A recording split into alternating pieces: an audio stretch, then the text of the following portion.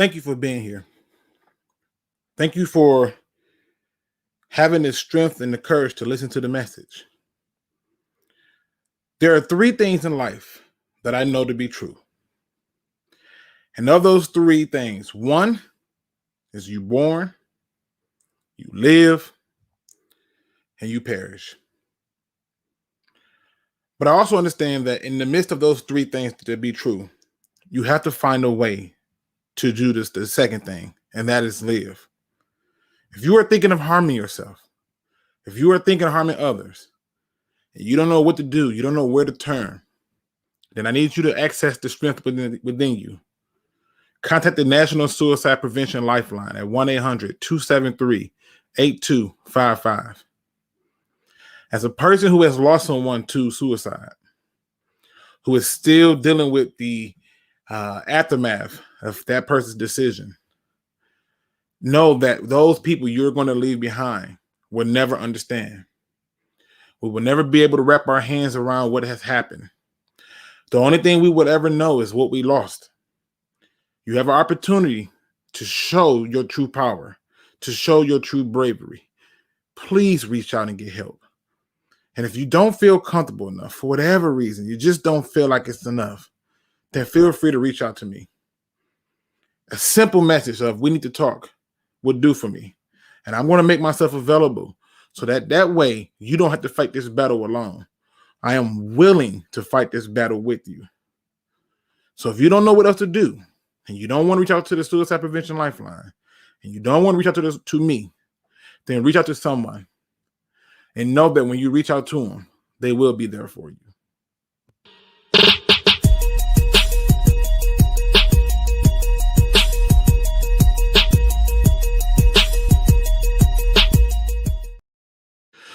What up, though, YouTube, and welcome back to another Field Review podcast show where we talk all things Detroit Lions. People, it is Friday, and if you are like me, you probably got yourself a little bit of a longer weekend. And that in and of itself is worth this Friday's day. I mean, the excitement, the joy, the energy. I'm going to show you how excited I am. So before I even started this show, people, y'all don't know, I made a post in there. Before I even started this show, I had already had 1 thumbs down. The show hadn't even started yet, and it was already giving a thumbs down. I would like to say to that person, I appreciate you for showing up and using your valuable life minutes to let me know you don't like me. I still love you. And if I ever saw you, we can always hug it out. It's not personal. I totally understand your natural hate for me. But I want you to know that even in your hate, I still do care about you. People, we got a lot to cover. First things first, we got to talk about the Detroit Lions process of evaluating talent from the head coach all the way to the general manager. We got to talk about the receiving core and who should be the number 2 receiver. We got to talk about some of the standout things that lets you know the Lions are heading in the right direction.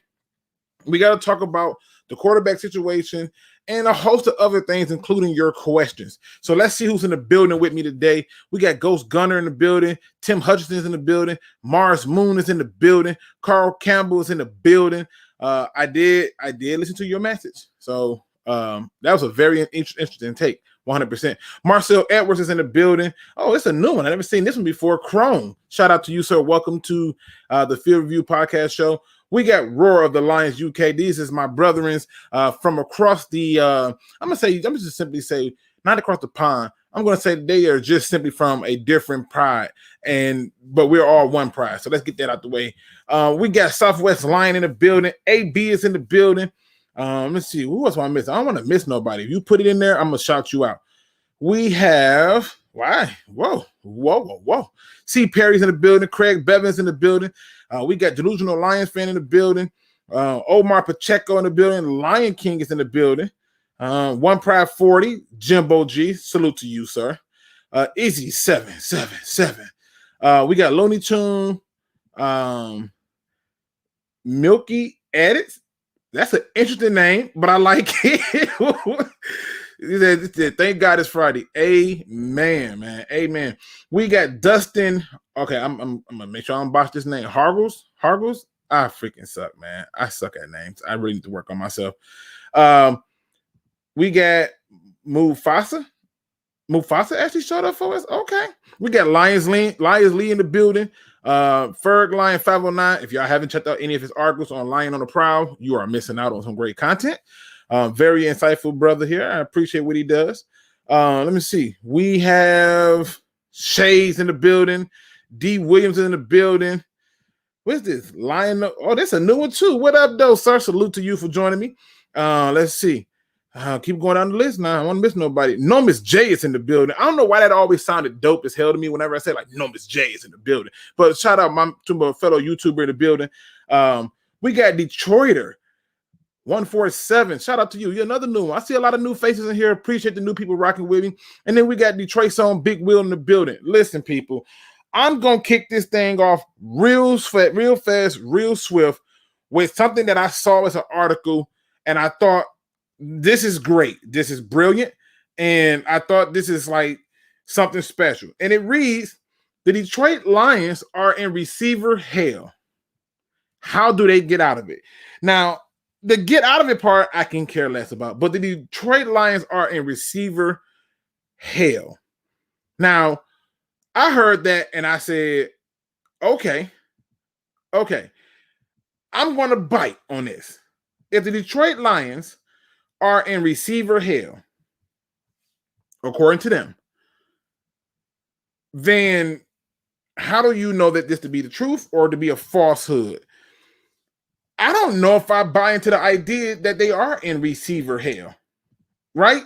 Like, I'm not even trying to be funny when I say this. I don't know if I actually believe that they are in receiver hell. The only way you can make this statement is because you're not familiar with who are the receivers and you don't have anything to go by.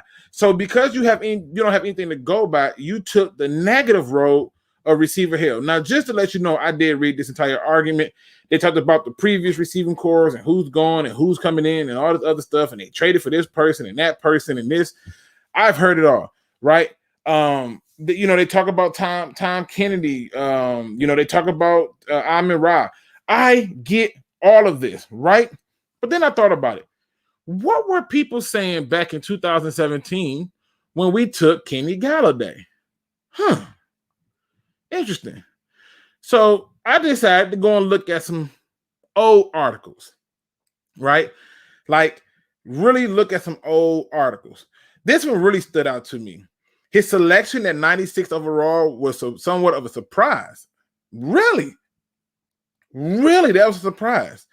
They talk about people having him ranked as the 19th best receiver and Mel Kiper at the 35th best receiver. Then I said, Then I go over to this right here. And I look at Todd McShay, who a guy I respect. And, I thought he does good work. And he has his opinions. And he has all stuff to work with. It says, but I understand that this is a developmental project. He's got a lot to work at. Right? Like this is the stand of it. You go here, and it says at the pro level, you can't do that and get away with it because they talk about how he just snatched the ball with his hands. Don't let it get into your body. And yet he did just that and had very much good success. And then I went over to this one, right? Where they had him projected to go in the rounds 4 and 5, and essentially was saying the Lions were reaching for taking him in the 3rd round. Now, the reason I'm showing you a lot of these different lookers and all this stuff like this, where they're talking about this, is because they then turned around, these same people who turned around, which I tried to bring up their articles, but they were behind paywalls, and I wasn't finna pay a penny to show the point, are all praising how great Kenny Galladay is. But then I started thinking, we have all these unknowns, and with the unknowns, we don't know. And so I decided to look at one of the unknowns, aka Trinity Benson. Now, I'm not one to defend players, but I am one to tell you it is best to hold your opinion and your view until they play and perform. Now, I went through and I realized that our receiving core has 2 key characteristics in common. Two key characteristics that there's no way we can argue against it, no matter how much we want to. It's these 2 characteristics. Number one, they are route runners. I'm going to say it again. They are route runners. The speed is still in the range that you want it to be in, between that 4.4, 4.6 area. However, they run routes. That's the first thing y'all got to keep in mind. Every person they've added to the receiving core will run a route from here to the damn moon. They got that down pat. The second key element that they have is the ability to catch the ball in traffic. So now you got route runner with the ability to catch the ball in traffic. And I sit here and I look and I go, okay, remember, we're in wide receiver hell. So I decided to go and compare them to the people we actually played in the season. And their rosters in terms of receivers wasn't no better realistically. Like, I went through and I did it based on production. I'm going to get into that a little bit, but make no mistake, I want you to get into the mood that I'm in. See, this thing called perspective is a beautiful thing. And I've always been one to believe that if you can find a general perspective to look at something, it can change the way you go forward on that product or that particular thing for the rest of your life. So I said, okay, cool. Now, here's the other important part. You got to be objective about what it is. And for that, meaning take the emotions out. There's factual information you can use to make a sound decision based on factual information. Now, let's talk about the best part of this. So we're going to go and get back into it. So I decided to take a quick look. So I said, I could not find any statistical information on Trent Benson in the pros. In fact, his whole first year, he was just sitting on the practice squad. This year, he finally gets in, gets a few playing time. And then I read the article where they said that Brad Holmes generally was like, yo, Trent Benson, who? But after people like Randall Well and Dan Campbell and all these people came together, watched the film as a team, as an organization, they watched the film. As they did that, they said, hey, we got to get this receiver, okay? And I said to myself, why would they believe this? So I went and watched his film. It's the worst film I've ever seen in my entire life, okay? I've never seen film like this in my entire life. But I can tell you this much. What I noticed in that film was this dude was every damn where. And that's what you're seeing right now on the screen. This is his last year in college. And so the first thing I want you to do is to look at this first number right here.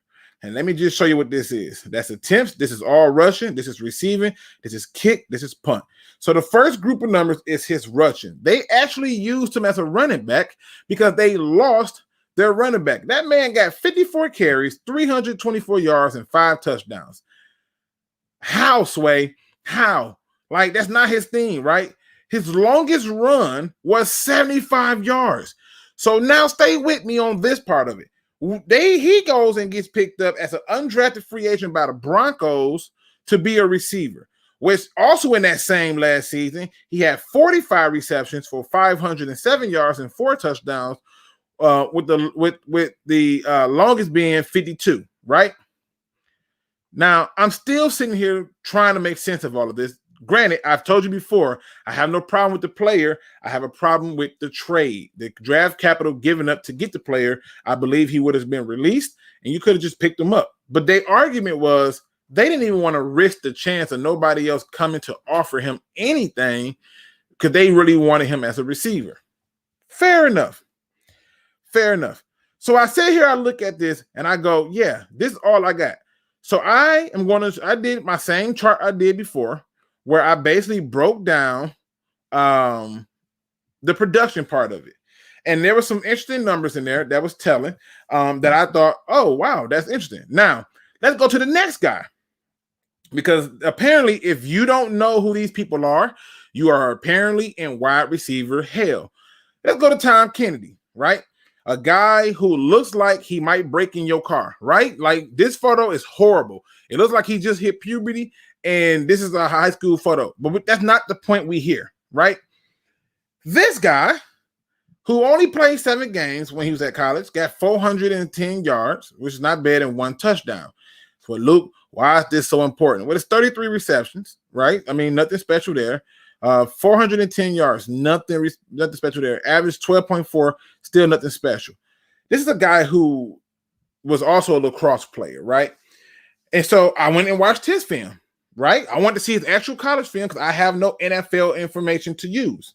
So I used the latest information. Now, somebody's going to tell me that this is fake. You can't use these numbers. You can't begin to talk about this stuff because you don't know what these people are going to do. Like that's what the argument is going to be, right? You can't do this. And I'm just like, okay. I'm like, okay, I'm going to leave it alone. But then I realized, isn't that what we do? Like when we draft somebody, we're hoping that what they did in college, they can do that, if not better. Right? Like that's what we're hoping for. Right? It says, look, I hear you on Benson being available in waivers, but they thought so highly of him they didn't want to take the risk. I know, I get it. I'm not knocking it. I'm asking the question, are we truly in wide receiver hell? That's the question that I'm trying to answer.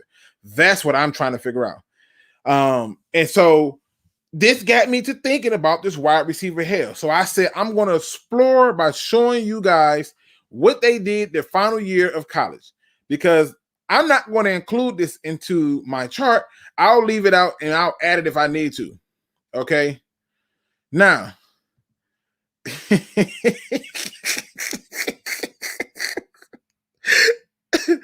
if Kennedy gets cut, he should try out for the Breaking Bad movie. I cannot. Fair enough. All right. Oh my God. All right. Fair enough. All right. So we look at these two players. Now, what I'm going to do is make an attempt to show you something a little bit different and to give you something to think about. It's not going to be pretty. It's not going to always be rose colored, but I want you to think about this because I'm going to give you the caveat that you're going to have to use.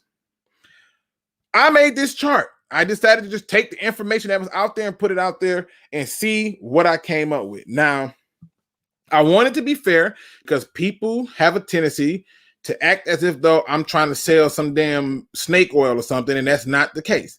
I'm simply saying, okay, let's put things in perspective. Here go the first caveat I want you to understand. Okay, the first caveat. This information right here, if you look up here, this right here, it's the yards, receptions, and we go on down, we got targets, catch percentage, and touchdowns. This is all I care about. Why? Because what Dan Campbell and Brad Holmes said that they were looking for in receivers were people who can do two things. That's it. Two things as a receiver. Blew my mind, but it makes the most. The two things is get open and catch the damn ball. That's it. Can you get open and catch the damn ball and do it consistently? So this column right here shows our receiving core from last year. That's what they did. That's our receiving core from last year. They got 4,397 yards. Now, the last time I did this chart, I had two players in here who I thought would make the team, and they did not make the team. One being Chad Henson, who I think would have made the team but got hurt. And the other person that I had making the team was Geronimo Ellison, who apparently allowed for other people to take it from him. But whatever the case, it happened. And then I get here and I see that, yeah, there's a drop-off in the total numbers. But keep in mind, I put 0 yards for Kennedy's last year's production and for Benson's last year production. Had I put in those numbers, which I did not, which Kennedy's had 410, and then I believe Benson had 507, I want to say it was. Yeah, I think it was 507. Let me double check. I don't want to mess it up for the purposes of this experiment. All right, so he had 410 in his total yards, and Trinity had 507. So okay, so I left that off because I knew people were going to say, "Well, those numbers are slanted," and they're not so astronomical that it's crazy. Even with those numbers in, do you now see that the production for this receiving core is higher? And that's with the idea that Godwin Igwebuike, I hope I said his name right. Chances I probably didn't. Don't you judge me. He don't even have a yards for it because he made a switch from defense to offense. The production is still higher, but for the purposes of this experiment and for the people who are going to tell me it's fake, I'll take it out, right? We're not going to include what they last did when they last played. Who cares, right? That's how y'all act. And then I get over to receptions. And so I saw the reception totals, and this column right here represents last year's receiving core receptions, 374. And I went, Now keep in mind, once again, I did not include Trinity Benson's receptions, nor did I include Tom Kennedy's, because haters are going to say it's fake. But if I did, and Tom Kennedy had, Trent Benson had 45 receptions, and Tom Kennedy had 33. You will see that production-wise, damn, that's pretty close. 374 to 377. And again, that's with a 0. Key part of this. That's with a 0 for Godwin because he made a position change. Now, give me 1 second. I want to make sure I don't mess this up. 1, 2, 3, 4, 5, 6, 7, 8, 9, 10, 11, 12, 13, 14, 15, 16. So they had 2 more guys than the current receiving core.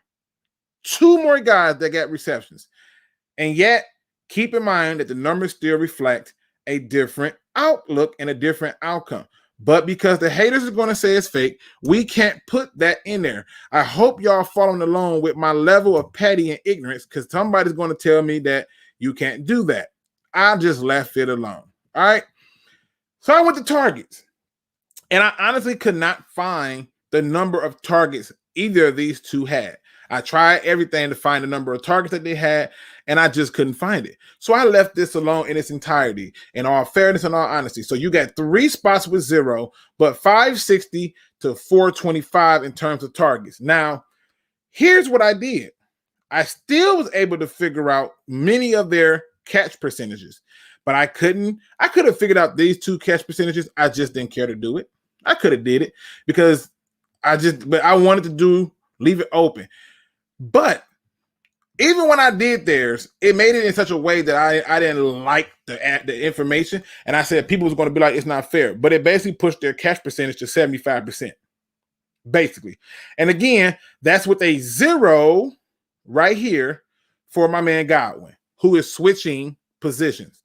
So, Luke, why are you showing us all of this? Well, because this is going to be a correlational thing. And I'm just trying to see how much of this damn receiver hell they're referring to. Then I went to touchdowns, something that I can actually physically get information to and put it in there. Now, this was intriguing to me because I went through and I looked at touchdowns and I was like, okay, I'm not even going to make a push or an attempt to include their touchdowns in there. So as you can see right here, there's 0 touchdowns for Khalif Raymond because he really didn't have none last year. 0 touchdowns for Cardale Hodge because he didn't have none last year. And then I put a 0 for Trent Benson. Tom Kennedy, I put a 2 there just for the hell of it. But truthfully, he really had 2 touchdowns from the previous season. If you count the NFL, if I went to, say, pros, he had 1. Now, the 2 from the NFL don't really count because it's preseason what's the word they used for it? It was a scrimmage, but I just said bumping. So we'll just put 1 for the sake of this experiment. And again, Jamar Jefferson had no catches at the touchdown.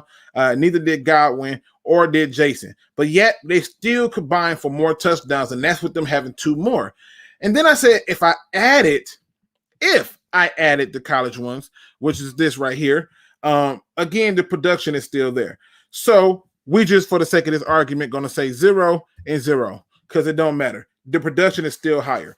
All these people who don't have a single freaking touchdown still have a higher production by 1 in touchdowns. Now, I decided to just kind of play with some more numbers, right? Then I decided to say, well, let's see. because we apparently in wide receiver hell. And this is what happened when media not sure who these people are and don't want to be on one side of the fence versus the other. They don't want to say anything negative, and then the guy blow up and be a good player, and now you look like an idiot.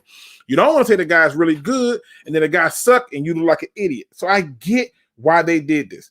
I then decided to take the total numbers for our 2021 team as a whole for a catch percentage. I wanted to know what was the catch percentage of our team as a whole in 2020. And the catch percentage as a whole in 2020 basically took me simply taking the number of receptions by targets to figure out the percentage. And therefore, I came up with 66.79%. Now, keep in mind, I have 3 players who I didn't even put down their like receptions and target stuff. 3 of them. And I know if I did that, I would have still got a higher number, but it doesn't matter. I took that same formula, did the same thing for our 2021 receiving core, and got a 70.35% catch rate percentage. So right there, the production is still there. Where in the hell is this this damn receiver hell that we at? Where is it at? Because you don't know who the player is? Where's all the hell that they're talking about? All because we don't know who the people are. Did it ever occur to people? Okay? Did it ever occur to people that just because you don't know who the person is does not mean that they're not valuable? You simply watch the film. The evidence will let you know who the players are. If I can sit here and look at film and see that what do they have in common versus what they don't, and see that it's route running and catchability, and then the numbers support that same exact observation. It supports that same exact observation. Why is it hard for everybody else to see this?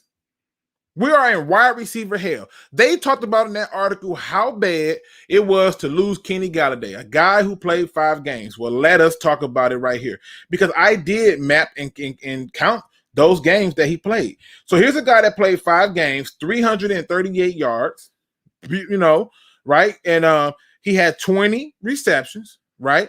Which you go, okay, that's pretty cool. Out of 32 targets, and you say, all right, that's wonderful. And that's enough for a 62.5% catch percentage. And you say, okay, that's beautiful. And 2 touchdowns, right? Did we really lose anything? Like, I love me some Kenny Galladay. Don't get it wrong. Don't get me twisted. Don't make it seem like I'm trying to downplay it. I'm telling you the numbers are not going to lie to you. Men lie, women lie, numbers don't. And you can see with your own 2 eyes that I didn't change nothing. I gave everybody their same fair shake. And I left numbers off because I knew if I put them in there, people would say, oh, it's blown the number out. No, I'm giving you what's already recorded, already put down on real statistics and stats. Okay? Now, when you look at people who talk about like Jamar Chase, a receiver I absolutely loved and was like, yo, he going to be fired. All they talk about is what they saw him do last. I just simply did the same thing. Where's this damn receiver hell we at? Just because you don't know who Kadarius Hodge is? Because you having a hard time figuring out who in the hell Trinity Benson is? Tom Kennedy don't excite you? Right? Now we can talk about what's really wrong with this team. Now we can look at it and say, okay, maybe we missing something. But if you go through and you're just simply saying to yourself, what am I losing?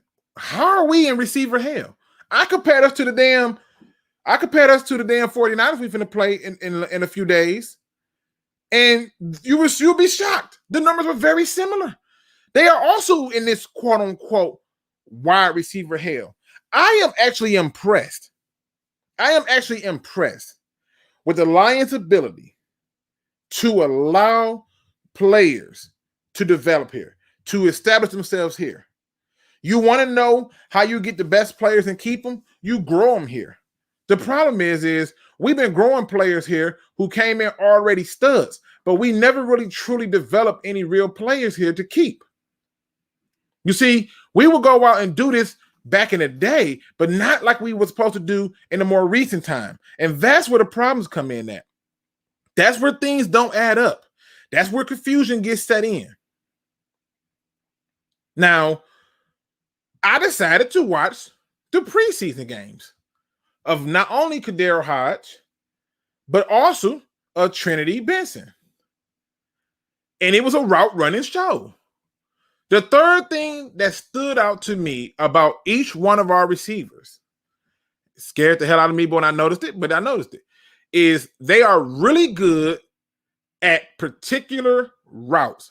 Ironically, a lot of the same routes that you saw over there with the Rams, a lot of those same routes that you're going to see and have been noticing, but probably weren't paying attention to with the Tampa Bay Buccaneers, they're really good at running certain routes that's working within the scheme. This is just not me making this stuff up. It's what the film shows.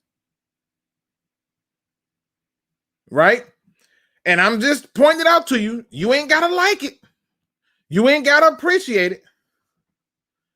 But the reality is, this is the real information. I'm not making anything up. Now, another thing that they had in common was they were able to do a multitude of things, whether it be play running back or be a kick or punt returner. I did see where at least Trent Benson attempted to block. He's not very good at it, but he attempted. And I watched Kadero Hodge try to block, and I'm going to be honest, he wasn't good at it either. Tom Kennedy, we're not even going to talk about it. It was non-existent, okay? So we know that the blocking is not there, right? But when people think of the receiving corps, they immediately think of just the receivers. What about the tight ends? What about the running backs? What about the fullbacks? Right? What about all those people? We just gonna leave them out? Because if I start taking this running back stuff out and the fullback stuff out, these numbers get a little bit different. They get a little bit different, but they're a part of the pass game. So I'm not taking anything out. You don't got to like the numbers. You don't got to like the data. You got to respect it. There's a difference. You got to put it in perspective and keep it objective. So let's move it forward. We're not in receiver hell. We're not. In fact, we're in a better situation because there is now going to be internal battles within the receiving corps. Well, Luke, what are you talking about? You just said we're not in hell. Why are there going to be internal battles? This doesn't make sense, right? This can't be the reality for the Lions. No. Internal battles, who does that? Well, the reason there's going to be an internal battle is simply put, we have to figure out who's going to be the number 2 wide receiver. And to explore that, I decided to take it a step further. Who should be the Detroit Lions number 2 receiver? This is a complex question. This is where you in the chat, those of you listening at work, if you got time to chime in, chime in. Who should be the Detroit Lions number 2 wide receiver? Because I'm going to trust the process. I'm going to trust the coaching. You tell me, who should be the number 2 wide receiver? My answer may shock you. It's not a cop-out. It's just a reality. It's based on what I did research-wise. Who should be number 2? I got, let's see.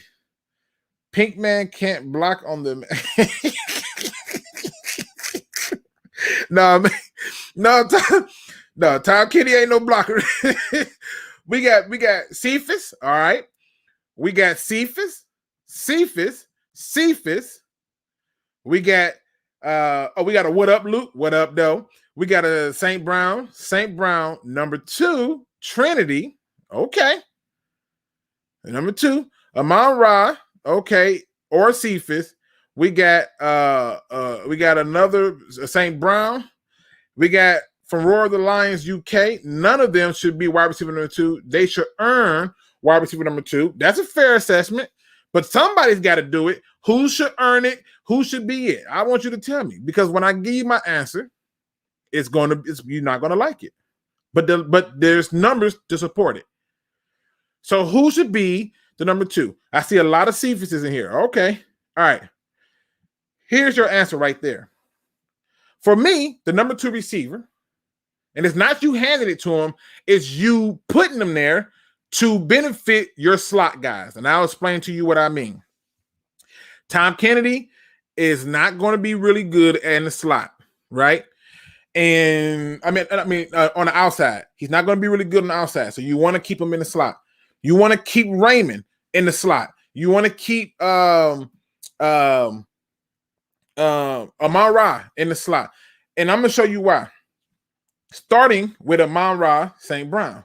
Amon-Ra St. Brown, who, you know, I didn't think it would be possible, but it is what it is. In his final season at USC, he took 119 passes, or I should say snaps. That's the word I'm going to use, snaps. He took 119 snaps in the slot. He took 200, I want to say 223, I believe. Let me go back and look at it really quick to be on the safe side. I don't want nobody to be sitting there, you know, coming at me later. But he took, 223 passes or snaps on the outside. And I went back and I watched the film. I watched him work it from the outside. I watched him work it from the inside. Many of the pros said he would be great as a slot receiver and so forth and so on. I could not disagree with them more. However, for the Lions, it makes the most sense. Why? Because his ability to get in and out of his routes and catching traffic and be able to find the openings in the defense make him an ideal slot receiver. But he's somebody that if you send him on certain routes where he can bounce to the outside, it's going to cause a problem. And then I looked at Quin Cephas, somebody who predominantly took over 300 different snaps on the outside with about looks to be maybe 98 to 110 snaps on the slot. And I thought, well, why not put him at the 2? Because when I went and looked at Trent Benson, a guy who's a utility guy, he was better served in getting up the field. He was better served in running in space and on like dig routes and routes that gets him up the field that helps him utilize his ability to get open. And at that point, I said, now what about Tom Kennedy? Because you got these receivers, and I think everybody can get their chance to shine. And then I said, when I want to go for a more speedier package, I could throw Tom Kennedy and Raymond in at the slot. I could then bump maybe say Amon-Ra out to one, Cephas out to the other, and go from there. If I go 4 wide, or if I go 3 receiver set, I can put in a Kadarius. Why? If you put in Kadarius with Benson on the outside, and now you decide, you know what, I'm going to roll with Amon-Ra or Tom Kennedy in there, I can change my packaging up based on my receivers. Again, I told you, one of the things is they all are very good at running certain routes. They're not complete like route running nuanced people where they know they can run every route in the route tree. But there are certain ones in here who run beautiful routes every single time. Like Tom Kennedy, oh my God, he might become the quick slant king. He literally might be the quick slant king. Like his ability to get in and out of those slants are huge. Huge. But the reason you put Benson out there or you put Kadarius is to preserve those speedier slot guys. Because that's the scheme. The scheme is about you being able to match up Tom Kennedy with a linebacker. That's a win. Khalif Raymond with a linebacker or a safety. That's a win. Amon-Ra or Quin Cephas with a linebacker or a safety. That's a win. Whatever you're doing, you're trying to have them guys going against the 3rd to 4th best cornerback or a linebacker and safety. And that's where the Lions scheme comes into brilliance. That's where it becomes beautiful. That's where it becomes smart. That's where it becomes simple. And it opens things up in a way that allows for you to exploit it. I don't know nothing about this damn wide receiver hell that they are talking about, but I can tell you how to find an opening in a defense. You put them in a position to go against somebody that should not be able to keep up with them. That's what it is. Shout out to my man Spirit Detroit Podcast. He says, hashtag hopium, hashtag Spirit Detroit says, hashtag good luck, man. You can't stop it. If I put Kadarius at the number 2 and I got Tyrell Williams at the 1, if we're going to play this game, all I'm worried about is how to create a mismatch problem on the inside. Not to mention, we still got to find the defense had to still find a way to stop TJ Hockenson. They got to still find a way to stop the running back out the backfield. Everything that they have done has been true to word. Has been true to word about scheme, fit, and scheme base. And the reason for that is because it makes sense. Now, we got 76 in the building. I got 39 likes, 1 thumbs down. Salute to that person. Let's make sure we show some more love and keep it going. Let's show some love. Get them likes up for me. Hit that thumbs up for me. All right. Now, I want y'all to keep this in perspective. We're going to keep it objectively. Perspective. The objective, but keep it in perspective. So if I'm creating mismatches on the inside with those routes, well, what if I want to exploit the outside, Luke? That's what Kadero Hodge, and that's what Benson was brought here for. Because when I watched their film, those were the routes that they were excelling on. If you were, or you know what, I can bring it up and show you. I'll just show you. Let me see. Hold on, give me a second. I should have had that before then, but I was too excited. This is what happened when you have an issue. So let me just get it up here real quick.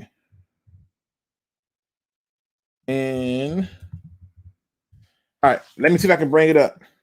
And if I can, I'll put it on the screen. All right. Which one illustrates this the best? I'll say this one. All right. So now I'm going to show you exactly what I want y'all to see, I should say.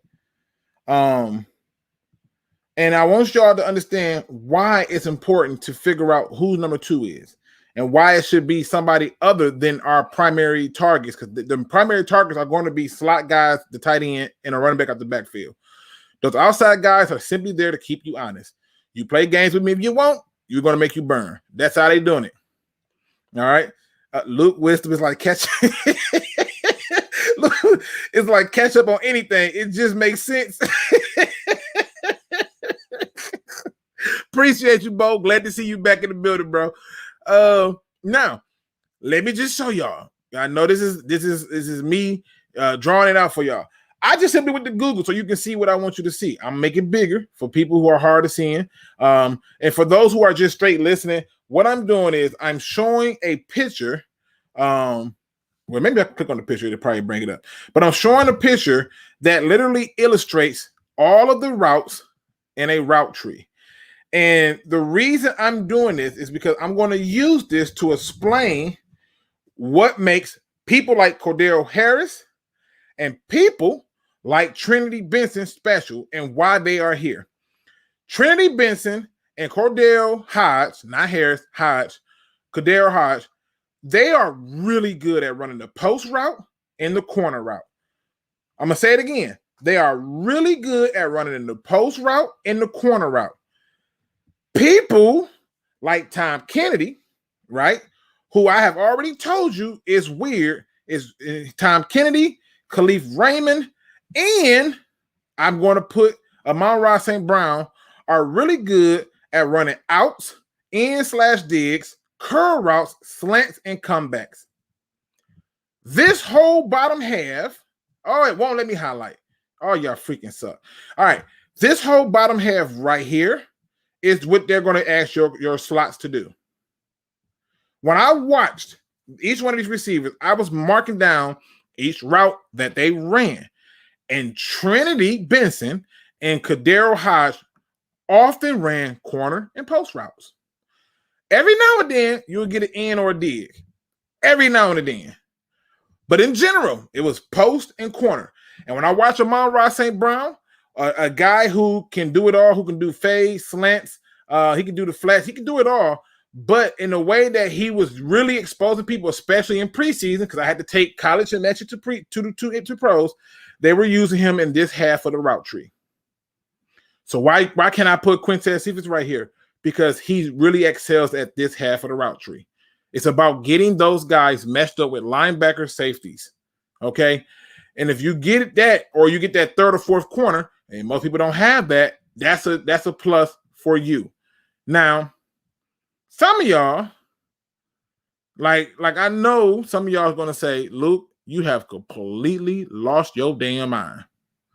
And it's funny, but I tend to pay attention to the small things. And it's a reason I do that, because those small things is what I like to figure out to get my answer. This comes from Crimson Shadow at Luke. So are you happier with the players now after the trade, or are you still like, no, I don't like the trade. I don't have a problem with the player. I don't like the trade. I understand they didn't want to risk him going to somebody else or anything like that. But I just feel like he was somebody that you could have got if he had been released, and he was going to get released. And I think you really wanted him. He wanted to be here. Then you make that move. And if he pick it, he pick it. Now, I'm not going to be mad at them for deciding I want to go and get it. I get it. I know people are talking about, well, we can get comp picks to replace those. I can care less. You don't give up draft capital for things you can get for free. You just don't.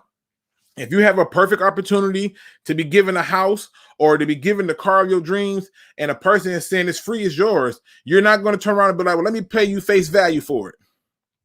You're just not. If you say you are, you're a liar. And I'll be the first to tell you to your face that you're lying. So it is what it is. All right.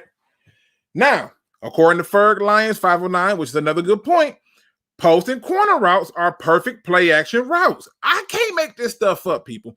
So, again, it says Raymond is more experienced and polished than Benson. I like Benson, but he is not number 2 yet. True. But you can't put Raymond out there due to the height. He's 5'8", maybe 5'9", and that's with heels on. But overall, you can't put him at the 2 because now you're going to take away from his strength. You're going to be having him go against the first or second best corner when you can really have him exploit and expose those slot guys. I'll give you more on that in 1 second and show you exactly what I mean. I just got to go find that little bitty clip so they don't ban me and put me off this thing. All right. So let me just go through it real quick. So I looked at this and I want to talk about that number 2 receiver because this is important to the Lions' success. Those things have to come to play. That's why I have that up there as trust the process, trust the coaching. And the reason I said that is for a logical explanation. Now, I'm going to show you, if I can find it again, because I know this thing has a mind of its own. All right, I'm going to show you why I don't want him at the number 2 spot. Why you can't put Cleve Raymond there. Why it would be a huge mistake to do this. Don't have to agree with it, but I think that if we were honest, we will be able to see what I'm talking about. Now, how can I do this without getting banned? I got to figure this part out because I've been nervous as hell. Don't want to get banned.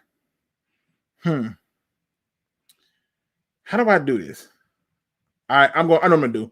This is how I'm gonna do it. All right, I'm gonna try to alter the video in a way that they can't ban me.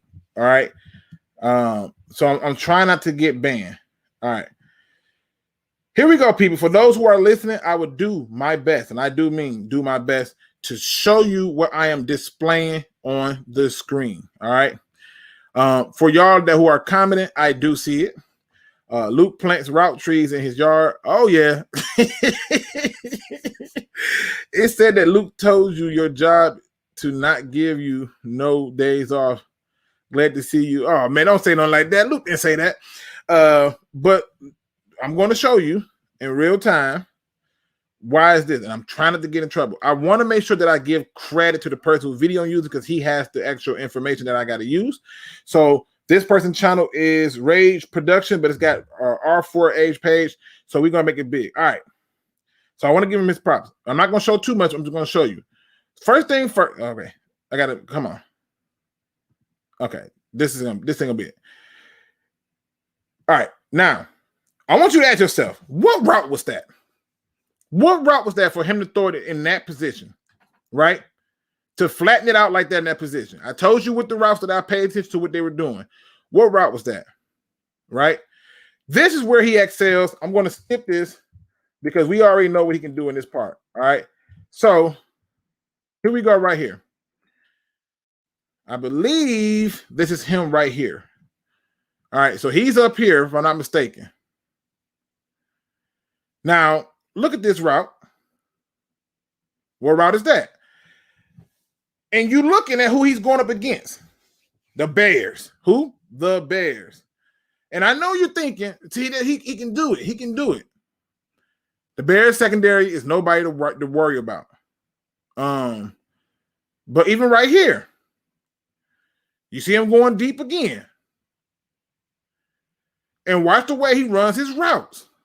Now I'm pretty sure he got touched right there, but I got to skip this. I don't want them to ban me. See right here, a closer look at the route.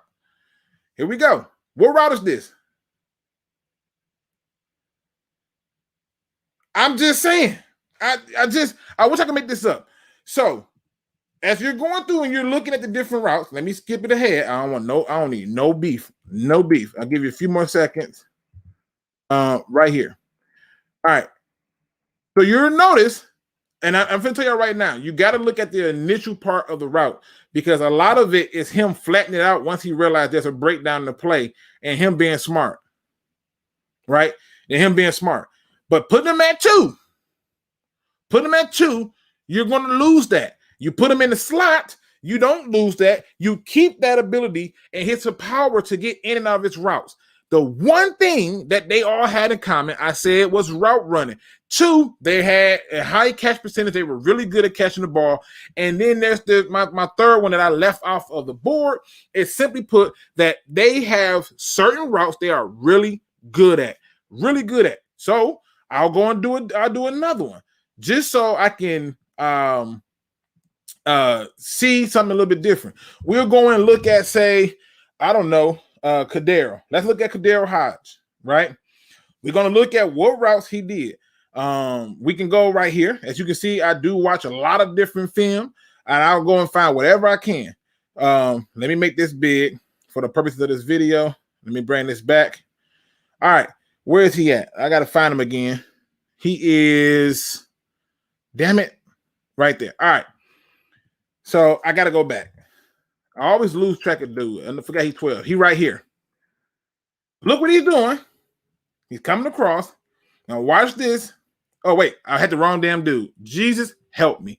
This is why I hate this view. I need all 22s. All right. This is a better one. All right. Watch the route. Pay attention to the route.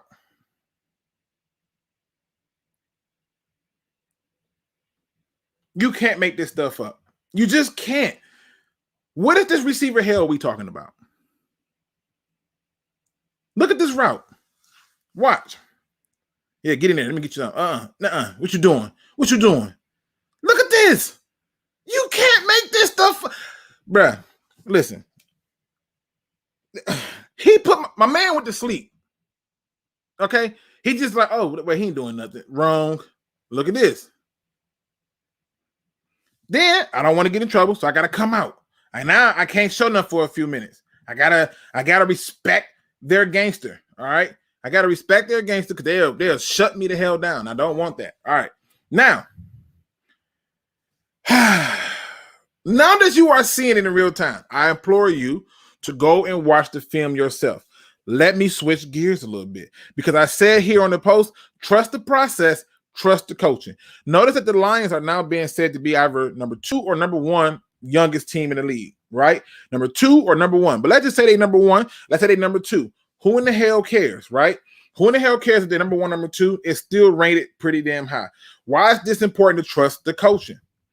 Well, this question comes from JGB. He asked a very good question. I thought it was beautiful. And it says, do you think Aubrey Pleasant voiced his opinion to keep the DB room young? And when I first saw the question, I said, oh, this is brilliant. And the answer is 100% yes. In fact, the same way that you have people, okay, the same way you have people who are literally in the receiving room fighting for these young players to get an opportunity, even though they don't have a name. They don't have the name to even begin to argue it. This is the same thing I believe Aubrey Pleasant has. And this is why we have to trust the coaching. Because if you're going to make a decision, as Aubrey Pleasant has done, to keep certain DBs, to go to Aaron Glenn, to go from Aaron Glenn to Dan Campbell, to go from Dan Campbell to Brad Holmes, and to get all of these people on board to agree, then you better believe, damn it, they trust the coaching. Now, the next question JGB asks is, do you think it is so he can shape them into how he wants? That's exactly what it is. Whenever you do something, if you want to call it a rebuild, a retool, I like what Steve-O calls it. Steve-O calls it just simply a build. If you're going to do something where you're building it, that means you have a new canvas. And with a new canvas should come with people who can be molded into the image of the canvas that you're painting on. He is trying to get them into position to play a certain way that sets it up perfectly, that sets them up in a position to be great. Now, I'm sitting here saying to myself that these are things that we're going to look for. And so now if I can trust my coaching with the receiver, if I can trust my coaching with the defensive backs, I can trust my head coach to allow my coaches to coach and manage them within that realms. Now, stay with me.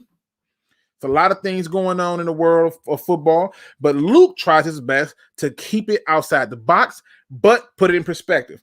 So the question was asked to me about, or I should say I asked this question to Easy when I was on his channel rocking with him for a few.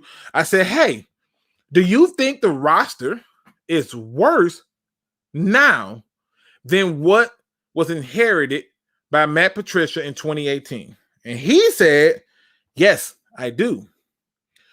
Now, I did make a whole chart for it, but I'm going to say that for a different video. Why? Because I got some things I want to add to it that I think is very telling. But I can tell you this much. If you're like me and you don't mind doing the research, you would discover that not only is the roster very similar, we might be in a better position by virtue of having guys who are not only new, young, and healthy. That's the key part. Healthy. They're available. We have guys who have something to prove. Remember I told you about that mantra? Nobody believes in you. Everybody doubts you. You need to have a chip on your shoulder. They have not wavered from this pattern. They have not gotten away from it. This team that was taken over by Dan Campbell is slowly but surely being molded in his image. He's allowing his coaches to do their job. He's making it in such a way that this team can perform. Now, I don't hear this talk when it comes to people like Levi Onwuzurike or when people are talking about what's the guy's name? McNeil or Derek Barnes. We're not questioning them. Are they too young to play this game? Did we upgrade this and did we upgrade that? We didn't question that. But when it comes to receiver, because we didn't get Odell Beckham Jr. by giving up a shitload of draft capital, because we didn't do that, because we didn't do some of the other things, all of a sudden now we are in receiver hell. And on top of that, it's not about the coaching no more. It's just the player. That's all it is. It's just a player. But I beg to differ. That it's more than that, okay? It's more than that. Now, I want to show you one more thing to show you why coaching is identifying the players that they are identifying. And I've been working on a lot of different stuff while trying to work through pretty much my damn work schedule and being a parent. So bear with me, people. You who rocking with me, you in here, you hit that thumbs up button. I appreciate it. But we got over 90 people in here. And I got 48 thumbs up. I know we can be better. Now, here we go. I'm just trying to bring it all home for you. We're talking about trusting the process, trusting the coaching, and we're talking about putting it in perspective, but keeping it objective. Here we go. I decided to take another gander. And this time we're going to look at Trinity Benson. I just want y'all to remember this thing that we do where we're talking about a route tree, okay? That's what we're talking about. We're talking about the route tree. Now, if you forgot for some reason, here's your route tree. Pay close attention to it. You can use it as a reference. One of the things that I used to do when I first started playing football and I started playing defense. I started out on offense. I used to really think I was going to be the next Jerome Bettis, right? I realized I don't like getting hit. I just don't like it. Don't fucking hit me. I don't like it. I like hitting people, but I don't like getting hit. Just the truth. That's why I went to defense. Just what it is. All right, so stay with me. Focus on the route tree. Let's go take a look at Trenton Benson. All right, make the screen big. Trent Benson is right here, people. This is his last season. Right here. This is his last season. All right, here we go. Watch the route. Tell me the route. Right? I mean, this is terrible film, but it's better than what I had. There he go again. Watch the route, people.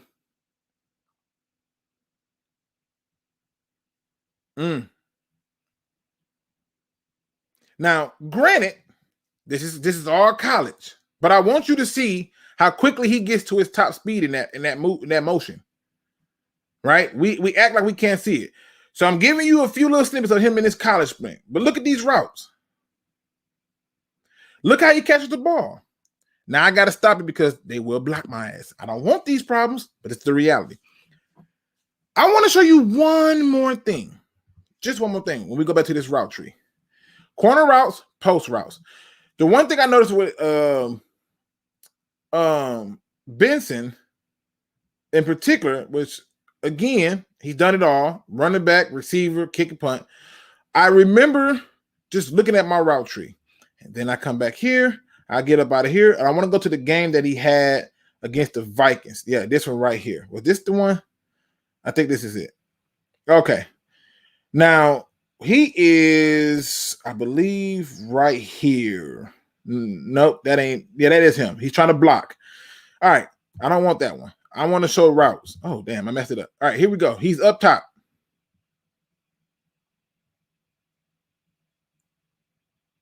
People. This other thing right here. I thought he failed. Right? And he probably did. But it looked like, when you look at it again, it looked like he did that on purpose. Like he went to the ground on purpose to avoid the hit. I don't know. He might have failed, but I can't. Like let's see. Yeah, like he said, now you finna get that free hit on me. He down here. What route is that? This is why he's here. No, that's KJ Hamler. I'm sorry. That's KJ Hamler. Don't count that. Don't count that, people. This is why I need my little R22s. F you, NFL, for shutting us down with that. Oh, these people get on my nerves. They suck with this. Let me get out of this one. This ain't the video I want. I want a certain one. I got to find it again, people. Where is he at? Not this one. Jesus, what I do the video. Disregard it. I got to find the damn video again. I'm sorry. I got to find that video again, and I don't want to do it to the point where they block me. So let me get back to my point. So now we're talking about this team. We're talking about the receivers. They're talking about us having receiver hell. They're talking about us not trusting the coaches. They're talking about us getting ready to take an L on week 1. They're saying that this is not going to be good. Okay. And granted, yes, it is preseason. I understand. I'm not trying to change it. I'm simply looking at technique. When y'all watch preseason, I don't care about stats. Are you doing technique? Technique will win on every level. I learned that from Kobe Bryant. RIP to him. All right, now, I had another question that came from a subscriber who talked about, should we be adding a particular center, Secure, who was released from the Dolphins so he can play guard in the event that Big V does not pan out. And I thought about it, and I said, that's a good idea, except for one problem. I don't see that being the issue. I don't see Big V being like this overall issue where they suck. It was the Vikings, Luke. Was it the Vikings game? I knew it was one of them. I draw a blank on which one it is, but it was one that had all his highlights. You know what I'm saying? I'm just putting it out there. It was one of them that had all his highlights. I just got to find that actual video because he didn't have a lot of subscribers. I definitely made myself one of his subscribers and I posted it. So just putting it out there. All right. So stay with me on this one, people. Not trying to draw this out. I went through and I examined the possibility of adding another offensive lineman. But the reason they're carrying 8 is because they are under the belief that those guys will be just fine. And if you look at the Lions practice squad, you will notice that many of the guys that they cut, they brought back. Well, Dan Campbell gives us an explanation to why he did that. He said, and I quote, that, we have guys who may not be ready for week 1 or who may not be fully developed right now, but hey, after a few more weeks been on the practice squad, staying within the system, they'll be ready to go when we call them up. The man is creating a legitimate farming system. In the past, the Lions would have taken All those guys who they had in here, got rid of all of them, we would have had a completely different practice squad, and most of the players who was here learning the process and the system would have been gone somewhere else. Not this time. Not this go around. Not no more. These are the first couple of signs that let me know that the Lions are headed into a certain direction. Now, I know that some people was like, well, they only got 2 tight ends, and they released Dedrick Mills, and they released Alize Mack. Alize Mack and Miles Brown and Rashard Berry. And I'm like, I don't care. They added a quarterback with mobility, something that half of y'all keep saying y'all want, and I keep telling you I don't know why, but you want it. And they added another lineman. They added a safety, I believe it was a linebacker, and another D lineman. So what? Let them do what they got to do to trust the process. But here's what we got to do as fans. We got a couple of days before the first game comes up. And I believe that when that game comes up, that it's going to be telling. Many people already got them as underdogs, so that's cool. I think they'll win the game, and I suspect that they will. And if they do, which I think they will, I'm going to come back, and I got this question for you in the chat. This is where y'all get involved again. How many games do the Lions got to win in the first quarter for you to just buy in? You may not want to get on the bandwagon, but you may want to walk alongside it. How many games in the first 4 games do they got to win for you to get involved and say, yep, I can buy in? How many? Because for me, that from what I'm looking, 2-2, I'm good. I believe they'll be 3-1 in the first 4 games. That's my belief. It says you were playing the right vid. His stuff isn't until about halfway through the vid. Oh, well, let me go back then. I couldn't remember which game it was. I knew I had it up and I had it marked. And then I was like, damn, this don't feel like it's the right one. So let me go back then. Let me go back. Hold on. Where is it at? Make sure I ain't missing nothing.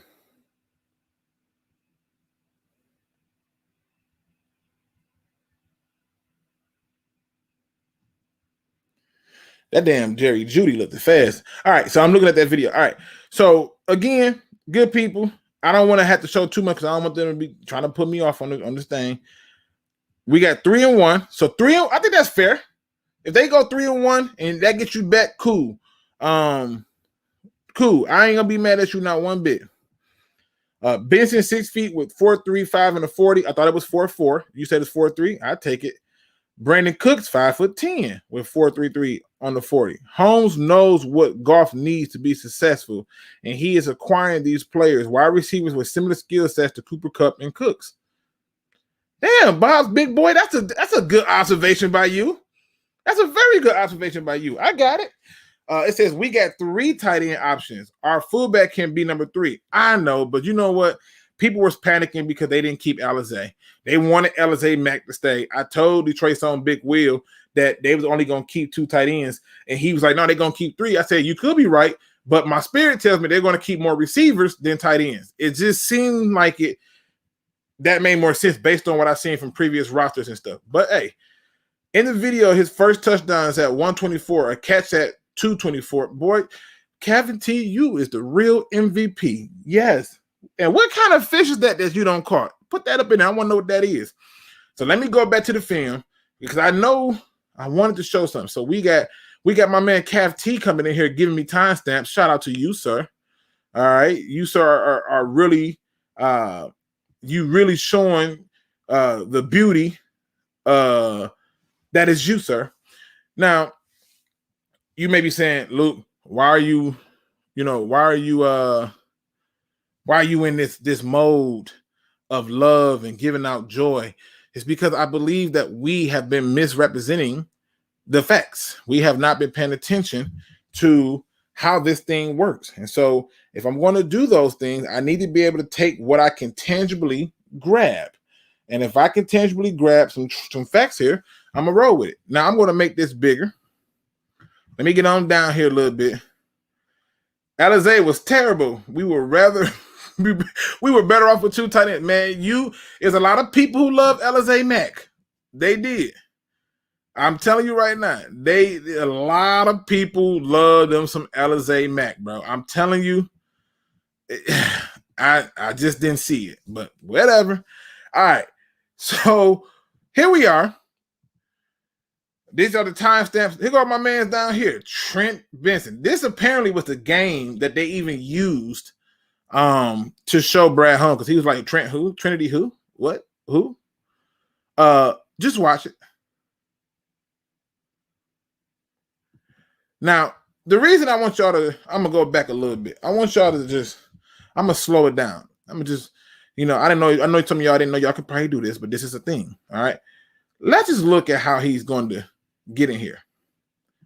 Now, the first thing I want y'all to pay attention to is this. What play is they calling? Is that a play action?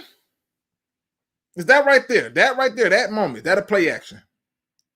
Right? That could be DeAndre Swift. That can be Jamal Williams. Now, notice the reaction to these two. Now, you got to see all of this because it's a big picture. You got to still keep an eye on this dude, but see how they reacted to this play action, right? Now, great job selling it. He could have sold it a little bit more, but he didn't. This cornerback that was covering him is like, oops. The safety who realizes it now is like, oh, wait, it's not a run. Watch how he flattens this out. Boom. Right? Look at the distance between separation. Look how he's getting out here. Just picture this as being Jared Goff. Don't worry about it. We're just going to show you some of the similar things. Now, I want you to see how now as he's running, he's still getting his depth, but he's getting depth enough to keep his spacing because this cornerback is focused. And this safety, who probably got cut, is big mad. He big mad. Oh, he mad. Woo. This guy has no chance for that. Now, let's go to another timestamp because this is provided and brought to you by Kevin T. Thank you, Kevin. Thank you. When you need them to come in. I thought I was on the wrong video, and I'm like, damn, I thought it was the Vikings video, but I guess not. Then you got the 224 mark. So let's get on down to the 224 mark, people.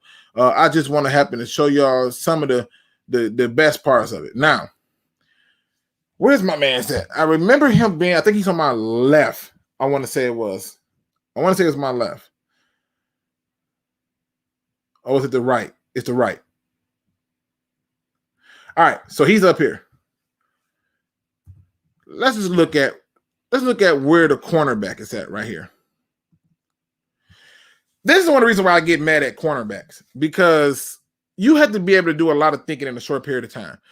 His back is still turned. Bridgewater sees this. His back is still turned. Even though the cornerback is breaking down the receiver is breaking his route, and his back is still turned. This guy is praying. This right here going to be TJ Hawkinson, right? This guy's going through it. Teddy Bridgewater said, F this. F this. I'm going big, baby. I'm going big. How close is the cornerback right here? He had to catch up to hit him. Ooh, he probably got cut. Who's that? Who's that guy? It's a long day. It's a long day for people. This is why they brought him in. Now, I think that's probably longer than the time I can show, so I'm going to back out for a second so they don't boot me off. That's what I don't want. I don't want them to boot me off and ban me for 90 days. All right, people. At this point, you're seeing a little bit of film. At this point, you're starting to see, that tight end was wide the hell open. Teddy Bridgewater said, F that, I'm going big. That corner was very lost. So I want y'all to understand, just because we don't know who the person is does not mean they're talented. I'll give you a bunch of names. Who was talking about Stephon Diggs? Nobody. The year that Devontae Adams was drafted, they weren't talking about him like that, right? When people like Kenny Galladay came out, they weren't talking about him like that. Just because you don't know who they are does not mean they're in hell. Let me switch gears a little bit. On why you got to keep trusting the coaching. Look at all the positions that they have. Running back, quarterback, all of them. You talk about being a very young team. They are literally saying to themselves, if I'm going to make my stamp on this team, I'm going to do it my way. And they're getting players who do things really well, and they're getting players who are going to align with their views. Jamar Jefferson can block. Not the best blocker, but he was better than Craig Reynolds. And it's one of the reasons why I said it's going to be hard for him. Right? Steve O makes a very good point right here. And I can't lie to you about it. He said Stephon Diggs was a 5th-round pick and Thielen was undrafted free agent. This is why. Just because you don't know who they are, don't mean that they can't be somebody. Just because you don't know who they are right now. Before Martin Luther King was Martin Luther King, a small-time preacher in the church, people didn't know what he's going to do, but he became somebody. Before Tupac was Tupac, people just thought he was a hype man on Digital Underground in the background doing the Humpty Hump before he came somebody. Just because we don't know who these people are does not mean that they don't have talent. I'm just pointing out to you guys that there's no such thing as a wide receiver hell. We're not there. See, it would be different if you knew what they were. We don't know what these guys are. What I do know is they run routes and they catch the ball. That's what I know.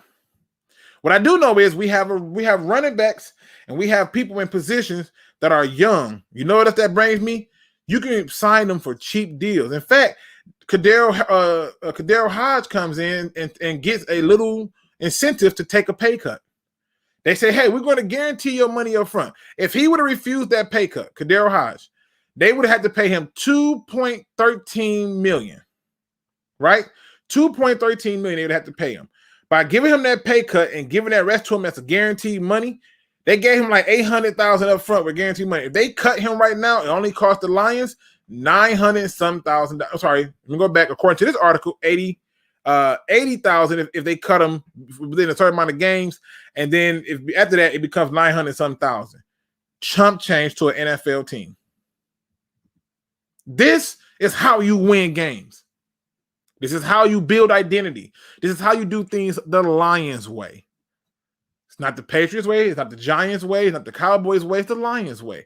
They're willing to give people an opportunity because they identify skill sets that will translate and guarantee give them an opportunity to succeed and succeed within their scheme. And it's not just them. It's on the defense side of the ball. I looked at the cornerbacks that they kept. And if they're doing the things that I was yelling at other cornerbacks for not doing. You in press position, put hands on him. You lay hands on everybody else. Act like he said something about your mother and put hands on him. I don't know if y'all seen the new Suicide Squad movie, but if you have seen it, you would know there's a particular character in there who got mommy issues. So anytime he needs to do his business, he imagines his mother. Some of these players who come out here on offense and defense need to treat them the same way. Whoever made you mad throughout your day, imagine that they're in front of you and beat them up when you're in position to do so. It's just the way that this sports works. And the best part about it is this. If there's ever a time to do it, it's to do it on a team that has no pressure. Just think about it. If you were Trent Benson and you had to go to the Vikings after the Vikings just traded Stephon Diggs, or let's say if Adam Thielen retired and now you got to fill Adam Thielen's shoes, that's a lot of pressure to that. He ain't got to fill nobody's shoes here. Half the receivers that we let go, y'all didn't like no damn way. You never even cared about them. So to me, when you could come somewhere where there's no pressure and still have an opportunity to prove yourself and perform, then and only then do we succeed. That is the beauty of this team. That is why what they're doing makes sense to me. Why I'm not killing them just yet. Oh yeah, Tupac was dancing with Humpty. He was a hype man in the back. Go and watch Do the Humpty Hump video. You're gonna see Tupac in the back. No joke. He was what they called him. He was a hype man. True story. And Shock G knew it. Shock G knew he was special when Tupac came to him and started rapping. He's like, man, you're going to be special. You're going to be something. He wasn't a name at first, but he became one. Notorious B.I.G. wasn't a name at first, he became one. When Drake first came out, he was Aubrey. Nobody cared about him. All they knew was he was that guy in the wheelchair on Degrassi. He made a name for himself. This is what happens. It's not hard. All right? It says, I like that we are making football decisions based on film in the eye test and not based on commentators and social media opinions. Might surprise everyone. That's the biggest difference I've seen. In the past, I could always tell that if the media was talking about it, it probably was true. It's a little bit more challenging right now to figure it out. Sub-packet options we get on offense. Listen, I'm with you. Fun fact, guess who produced Tupac's first record, I believe? His first record? Wasn't it Q-Tip? I could be wrong. Was it Q-Tip? It says, I can see it now halfway through the season, a big surprising headline on NFL Network with a cluster of pick line receivers with the tagline, put some respect on my name. The no-name receivers now, man, I can see it too. Just because they ain't work on the other teams don't mean they won't work for us. I mean, facts. We've had people who didn't work for us but bought on other teams, and it happens too often. It's about coaching. Regardless of our record, I'm excited to watch some Lions football for the first time in years. This is how you should be. Even if 2 or 3 of the guys on 1-year contracts or undrafted free agents turn out to have a good year, would be huge for the future. 100%. Let me see. GM Beanie and McDermott said the same thing in Buffalo. Trust the process. When many fans were pissed about them cutting, trading away their favorite player. Oh, that's a very good point, Kel. I remember that. When they kept saying trust the process, they were like, y'all trade away all our people. And then meanwhile, they all around there now feeling good, jumping off tables. Like, I get it. You got to trust the process. You got to trust coaching. All right. They are going to throw so many personnel packages at you that the defensive coordinator is going to throw his clipboard. Oh, it's going to be a problem. The way that they're going to create mismatch nightmares is ridiculous now. And I'm not saying that Benson's about to be the world's greatest player. I'm not saying that Kadero Hodge is about to be the world's greatest player or Tom Kennedy's finna be like this. But what I'm telling you is this. Based on the routes that they run really well, that they're really good at, and how they're going to be used to get matched up on people that shouldn't cover them, it's going to be real special. Real special. Upcoming NFL headline, no-name Lion wide receiver now turning heads in the league. Water sucks. It really sucks. Yes, that's what I'm saying. You got to find some type of agreement. In 1993, Shock G produced Tupac Shakur's breakthrough platinum single, I Get Around. Did he? Oh, damn, I thought it was okay. See? Now, I'm surprised. Steve, let me see. Where's Steven at? Steve Kapler. I know he knew that. I guarantee you he knew it. Again, that's them the family from over there on Roar of the Lions UK. Y'all really want to check them out and get into it with them. They handle their business. Let me see. What am I missing? I can easily see this group with 9+ receivers base sub packages, not counting the backs we got. Oh, I never even counted the backs in any of this. I just looked at the receiving core based on that statement. And I also looked at the other talent because they were saying that our cornerbacks, once you go past Amani and Okuda, it was suspect. And I was like, no, it's not. I'm like, it's not suspect at all. You got people who are hungry, who are going to have opportunities to prove themselves. I don't think there's nothing suspect about them. You know, like they was acting like we was just dead in the water. Another thing is this. Who's the one Lions player that we're not talking enough of? I saw an article that says we're not talking enough about Will Harris. I think I've been talking about Will Harris. I came away from the first practice and said to y'all, yeah, he looks better. He looks like a different person. I told y'all in a few games, like, look, I know he had that thing, that penalty, but he looks different. It's not the same player. Y'all know I was ready to toss his ass out the damn window. I was done with it. But he does look a little bit more improved, so we should see. The media mad because they don't know what's going on. Ooh, perfect statement, Seasons. Perfect statement.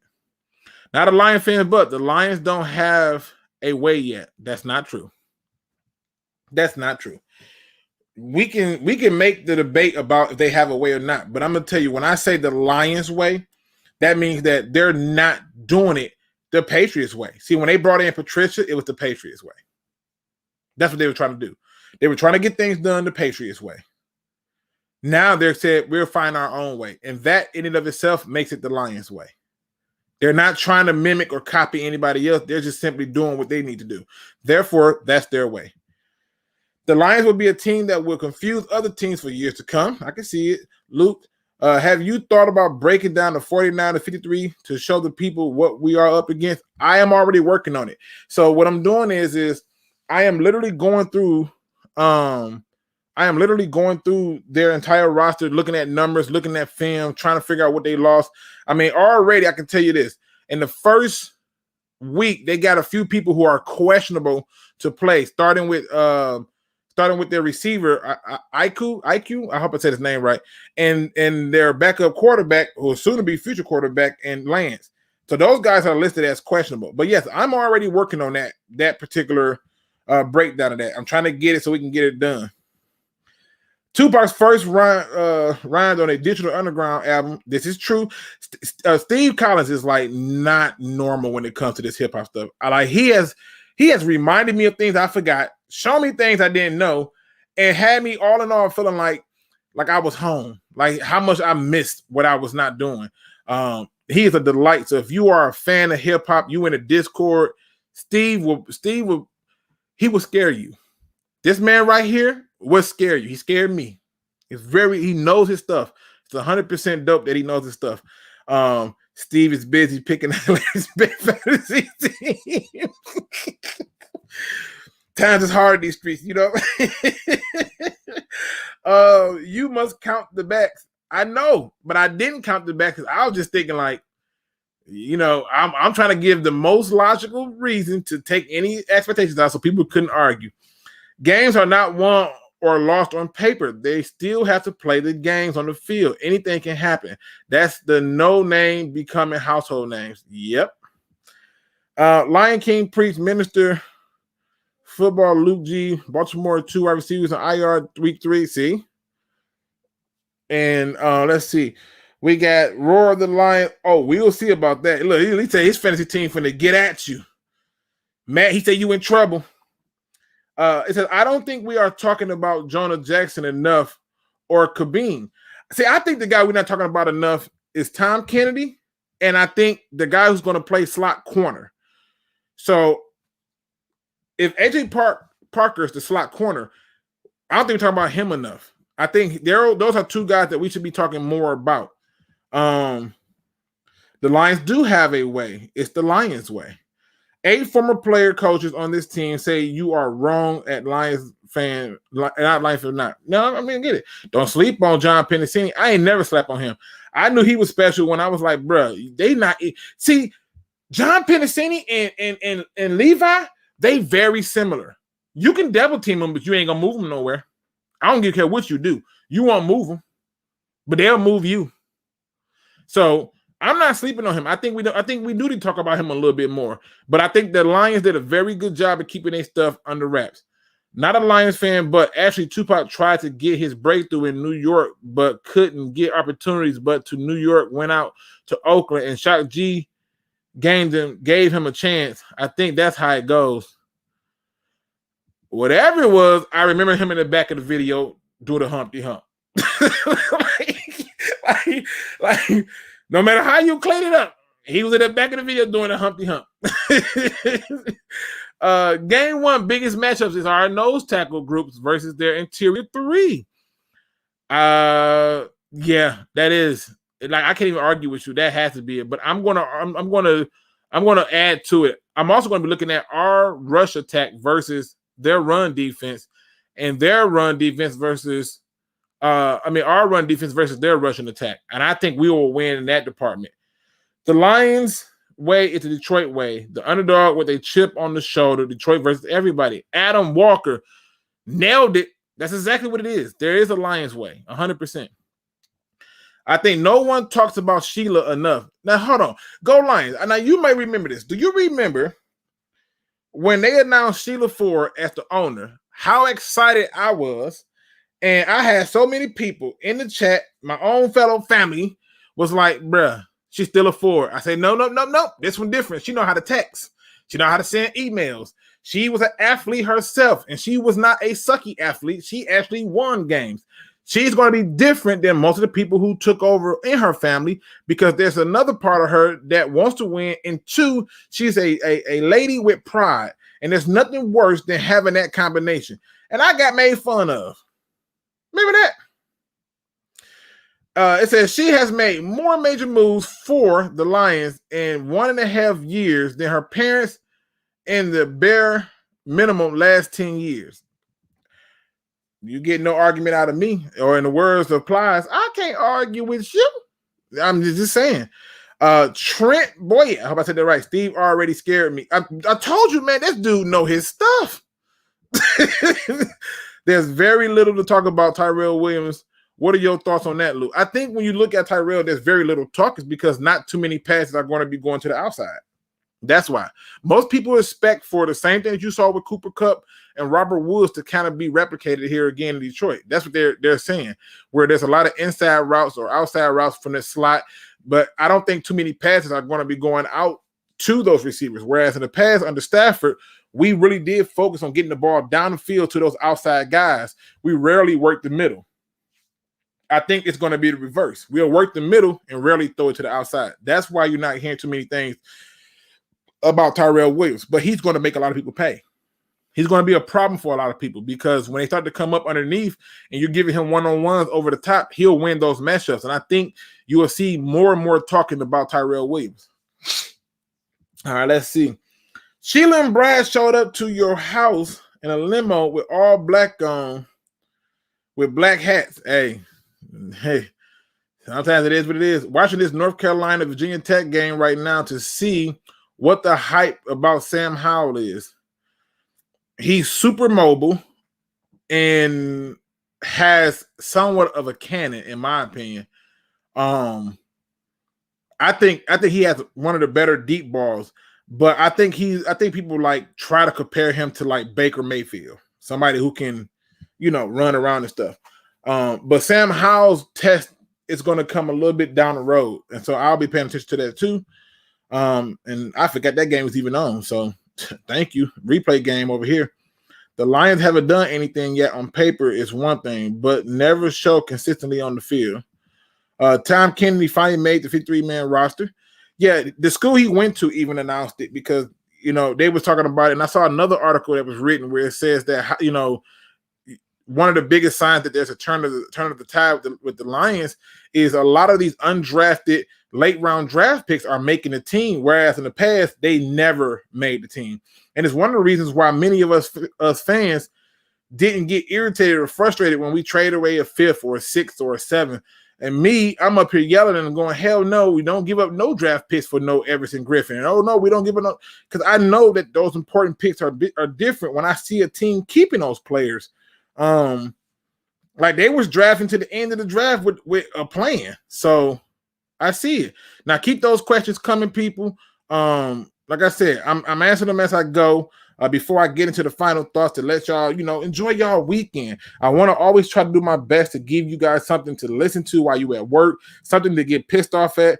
Maybe you want to challenge me and make a comment like, hey, Luke, you stupid. And I'm like, all right, cool, but explain to me why.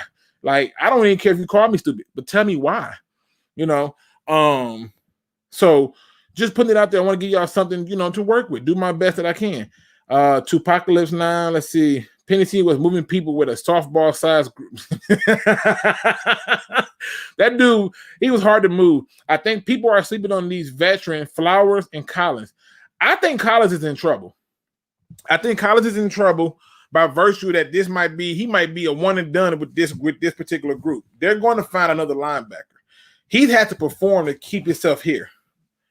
So does Trey Flowers. So I think they're in the same boat. But I think those guys are going to be big contributors because they understand that this is something different. The time for playing is over with. Let me see. What's going on, Jon Kapler? I hope you out there being safe. You know what I mean? That guy right there is awesome, man. He got a great channel. Please go and check it out. You know, it's not hard to find. It's literally Jon Kapler. It's right there. You type that in there. You go to his channel. He's talking about old school vintage video games because he even, he's doing stuff like that. He's talking about Lion stuff, and he's doing all of this while making his way to and from work. Sometimes he'd be at work. He's going to give you something to think about. So make sure you show some love and give it to him. Being from the heart of winery country, I can't tell you they are underestimating us. They are not aware of the culture shift. That's terrible. Let them underestimate. And when we send a team back home with that L, they can explain to themselves why. Yes, she knows how to email and text. That's very important. She's different. Let me scroll down a little bit further, see what else we got. I'm trying to hit them all. Let me see. You said she would be different. She is different. I told y'all, people told me I was crazy. Ask Lil G if you should read my article. I think you should always read his article. It's also on Lions on the Prowl website. So go over to one of their videos. You'll see the website linked in there, and then you can do it. I got to figure out. I'm just gonna start linking it in my videos, and that way y'all be able to find it easier. You've been making fun of people for years. That's not fun. Probably so. Sheila's furious, man. I know cats who work with her on stuff, and she's a different breed. She wants to win, and when you want to win, that's what happened. It says, "What up, though? Got my Cardinals fans kitchen crew listening at work. Yeah." Well, lucky for them, we don't play the Cardinals until later, so that's a good thing for them. That might actually be in their benefit for it to be a later game. If it was earlier, we would wipe the floor with them. So to their listening, tell them to rock with me. I give them reasons why later. The lack of respect for Tyrell Williams is going to hurt some teams. I haven't seen him burn many teams for this. Yeah, because when you go in thinking that somebody ain't nobody, then you get punched in the mouth and everything get different. It's about time. I always wonder why we couldn't find anyone to do crossing routes. Bruh, yes. It just is what it is. This is a question from Craig Bevins. Who would you rather have, Howe or Rattler? Howe. I would prefer Howe over Rattler. I have a problem with mobile quarterbacks. My problem with mobile quarterbacks is simply you're relying too much on your athletic ability. Russell Wilson can run, but he doesn't do it all the time. Everybody was all hyped about Cam Newton and all that running he did, all hyped about Michael Vick and all that running he did, right? But Russell Wilson really shows you why it's special for what he do. Like Steve Young could run, he didn't do it. He understood, okay, let me try to do it. And then when you look at people like Lamar Jackson, how everybody get all hyped for Lamar Jackson. Lamar Jackson is, when he runs, he's running because he wants to run. When Russell Wilson runs, he's running with the idea, I still want to throw it. And so I'm tired of watching these mobile quarterbacks who just rely on that ability alone. It's not going to save you in the NFL. It's just not. When you mess up, that is how Sheila and Brad show up on your house. Right, dressed it all black, like we need to talk to you. I don't want to go nowhere. I see what you mean, Luke. Saw how fire a ball on the slant at like 100 miles. Yes, I think he got a cannon. Hey, Tokyo said he's taking Rattler all the way. I bet you Rattler took off a run before the other dude do. Even in the preseason, I noticed Trey Lance is doing that. People be wide open. He just took off and ran. Remember I said that UDFs will make a huge impact with the Lions roster. You did say that. You was one of the few. Matter of fact, you might be the only one who talked about the undrafted free agents. What opinion piece should I work on next, Luke? If you're going to do one, I would do the history of the Lions coaching. I think we underestimate or overestimate the history of the Lions coaching. And if you're going to write one, I would talk about, look at all the things that we had in the history of our coaching, figure out what's different, what's the same, and how Dan Campbell is different from that culture that we had in the past. Because I think there's certain key points that are significantly different, in my opinion. That'd be one. And another one I think you should do is I would call it the emancipation of Aaron Glenn. and like Deuce Staley, because I don't think people understand how big of a role these two guys are going to play on this team, right? Oregon game is tomorrow. Let's go. I'm getting ready to watch EMU game. A lot of sleepers in the MAC conference. It's always been a lot of sleepers in the MAC conference. Dominic Davis, you seen that too, huh? I think Howell is the best in my opinion so far, unless I see some more tape on somebody else right now. Oregon versus Ohio State next Saturday. If Collins does that freelance trash that he did last year, he's out of here 100%. He freelanced in any point he's done. Barnes is going to make Collins disappear. Yep. I said, yes, boy, got a cannon. Yeah, that dude he can sling that thing. Let me see. Make sure I ain't miss nothing, people. Make sure I ain't miss nothing. Sheila, the type of gal who shoots you with the 9 in the chest and a 5, I did the head. Got me. Listen, Sheila's going to be a person who she demands to see certain things. At the family day, she was signing footballs and throwing them into the stands, and she was never sitting down or still. Nobody had to walk up to her. She walked up to other people. She talked to the fans. It was amazing to see that. You're not going to see that from William Clay Ford. You wouldn't have seen that from Martha. You wouldn't have seen that from his son, from Junior. She wants it to be different. She wants you to feel like you're in a different atmosphere. I've been telling people Collins in trouble. Look at his body language on the sideline. How's Hines Ketchup doing? What is the new with the company? I don't know, bro. I don't rock with tomatoes or ketchup, so I don't know. The problem, people love to root for unknown winners. They will always be fans after the fact. This is another thing I got to bring up before I really bounce up out of here in a minute.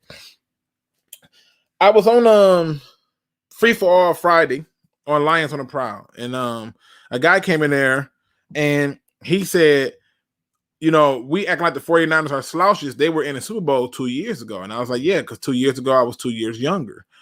And so, in other words, like, I don't care what they did 2 years ago. You could be 2 years removed from something that don't matter. I don't care. It's about what have you done lately.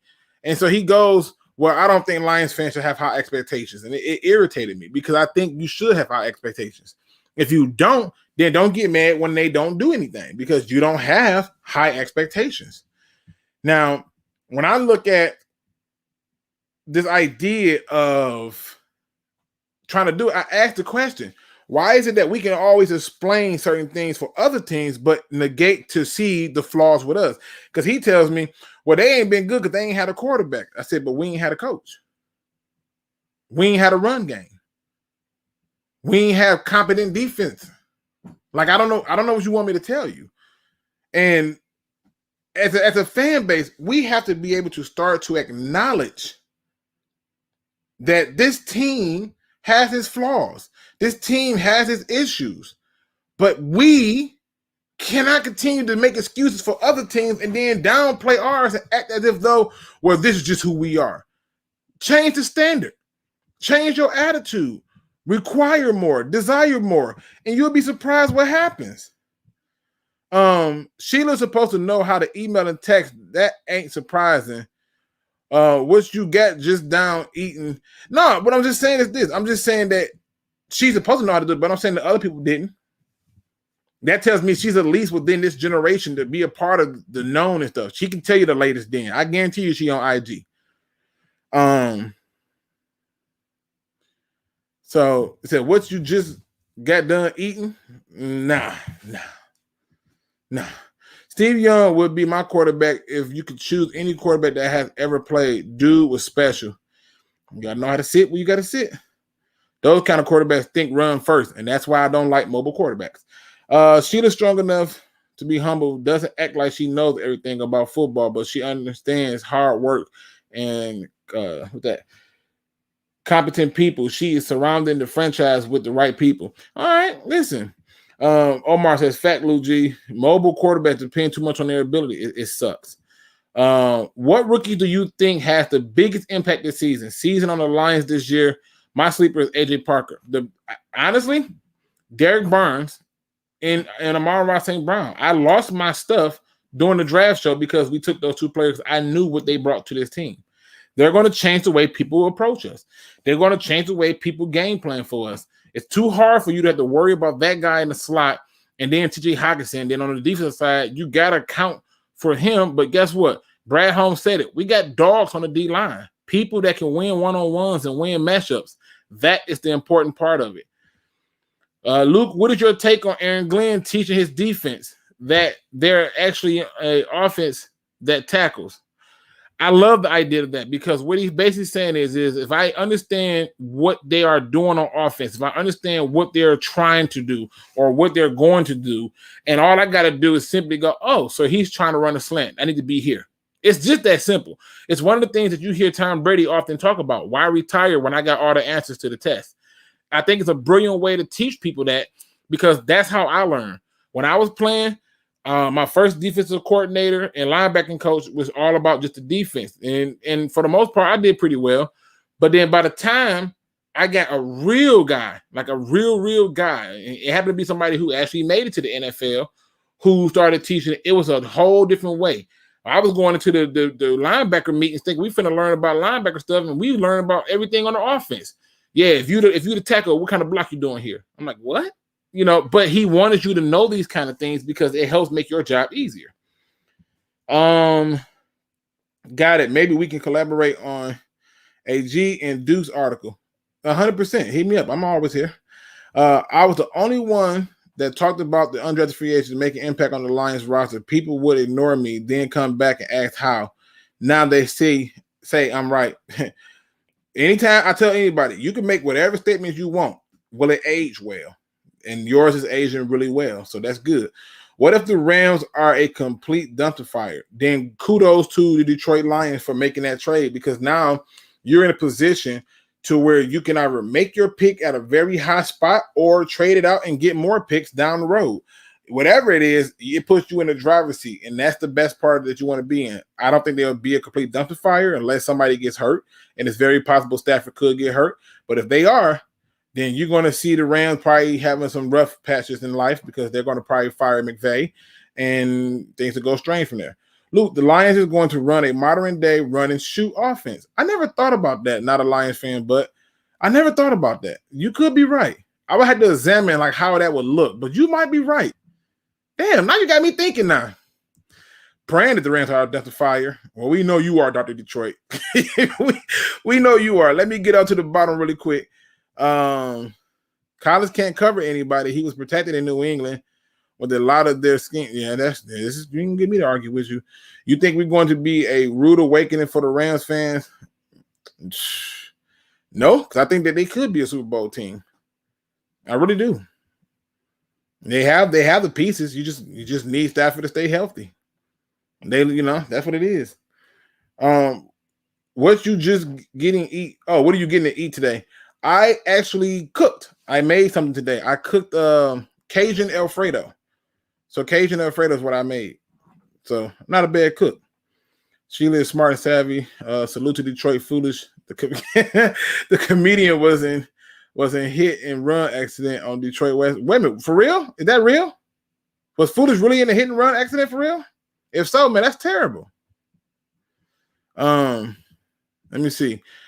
Anyone going to the game on week 1? A lot of people. So if y'all are, make sure y'all hit them up and let them know. All right. People, that's it for today. I wanted to show you another video, but I'm going to save it, because I think what I'm going to do is I'm going to tie it in as we get closer towards the game and showing you how we're going to get at the 49ers. Now, a lot of you are going to probably be like, oh, well, you can't really use that as a prop because it's preseason. I get it.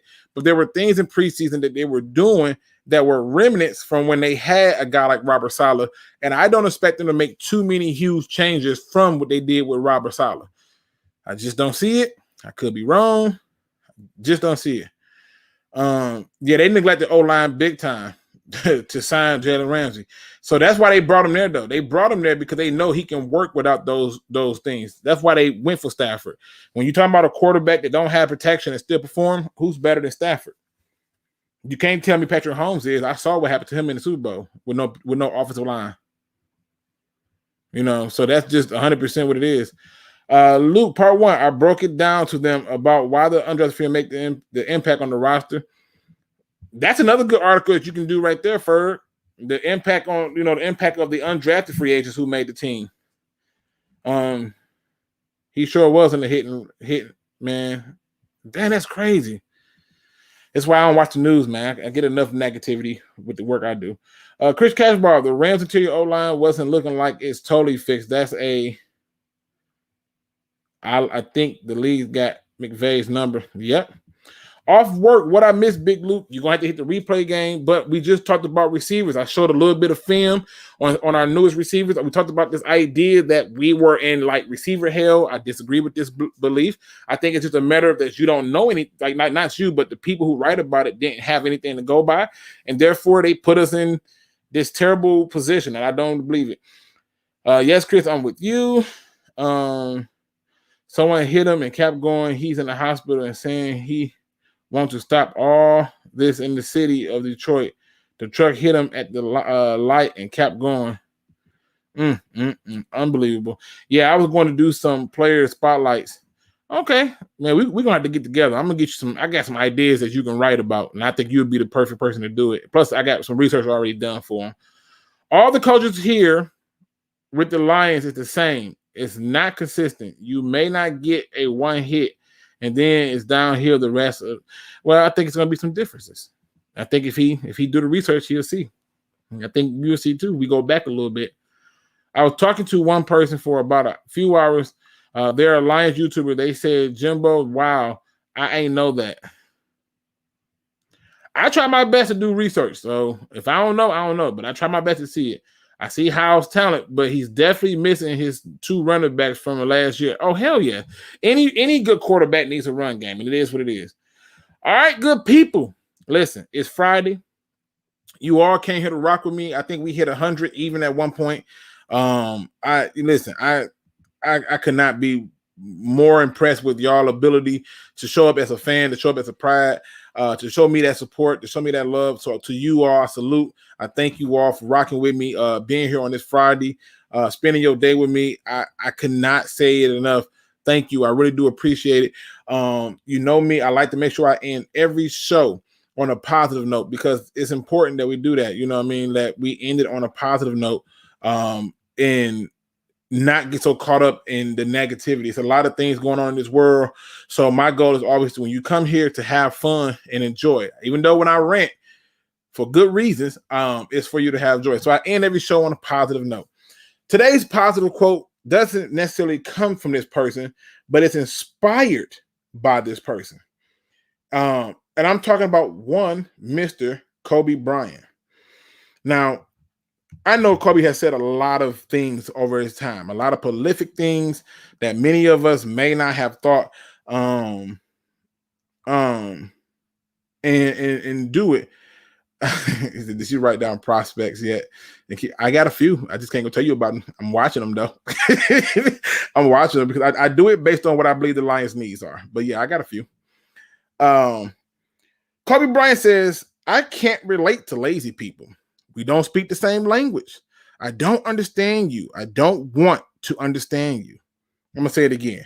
He says, I can't relate to lazy people. We don't speak the same language. I don't understand you. I don't want to understand you. Some of y'all don't understand the concept of birds of the same feather flock together. Have you ever, seen an ostrich hanging with a bald eagle? You ever seen that?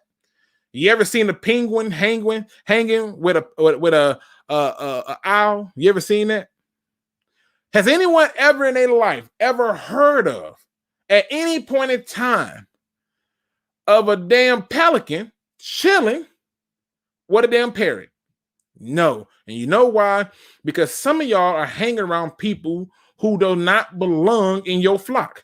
See, when you think about it, it's a reason why he don't speak the language of lazy people, why he don't understand them, why he don't want to. He don't want to become what they are. He don't need what they are to rub off on him. He don't want the energy that they're bringing to be around him. Kobe understood that if I hang around lazy people, then I must be lazy. If I indulge myself with the lazy world, put myself in their thought and say, oh, I don't have to do anything because this is what lazy people do. then chances is it's going to rub off on me too much, and now I can't be the best me. But when you're built different, when your mentality is built different, when your spirit is built different, you can't begin to understand people in your flock that shouldn't be in there. See, I don't have too many turkeys rolling with me. I fly like the eagle. I don't have time for the bird who can't get as high as me. See, people don't realize something about a lot of these different things. When you're in this flock and you're creating these things, you need to understand that at the end of the day, you have to be the one to get these things done. And the only way you can get those things done is to surround yourself with people who is on the same agenda as you. You see, now if you are an eagle, you fly with other eagles. If you are an ostrich, you run with other ostriches. If you're a penguin, you swim with other penguins. If you're an owl, well, you probably gonna still be by your damn self, but you know how to chill with other owls at times. This is the point of him saying, I don't want to understand them. I don't want to get it. The mentality is everything.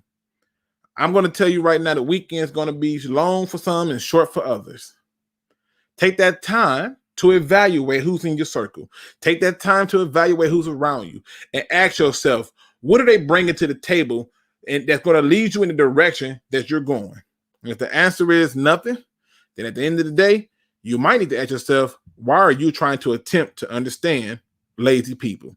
With that being said, ladies and gentlemen, please make sure you hit that like, subscribe, notification bell. Make sure you tell a friend that Luke always does this. He comes on live and talks Lions, and he gets it to you from perspective and keeps it objective. And as always, he says, I'm a mother owl. As always, shout out to you, Ferg. As always, don't be no chump. Please do your research. I am out.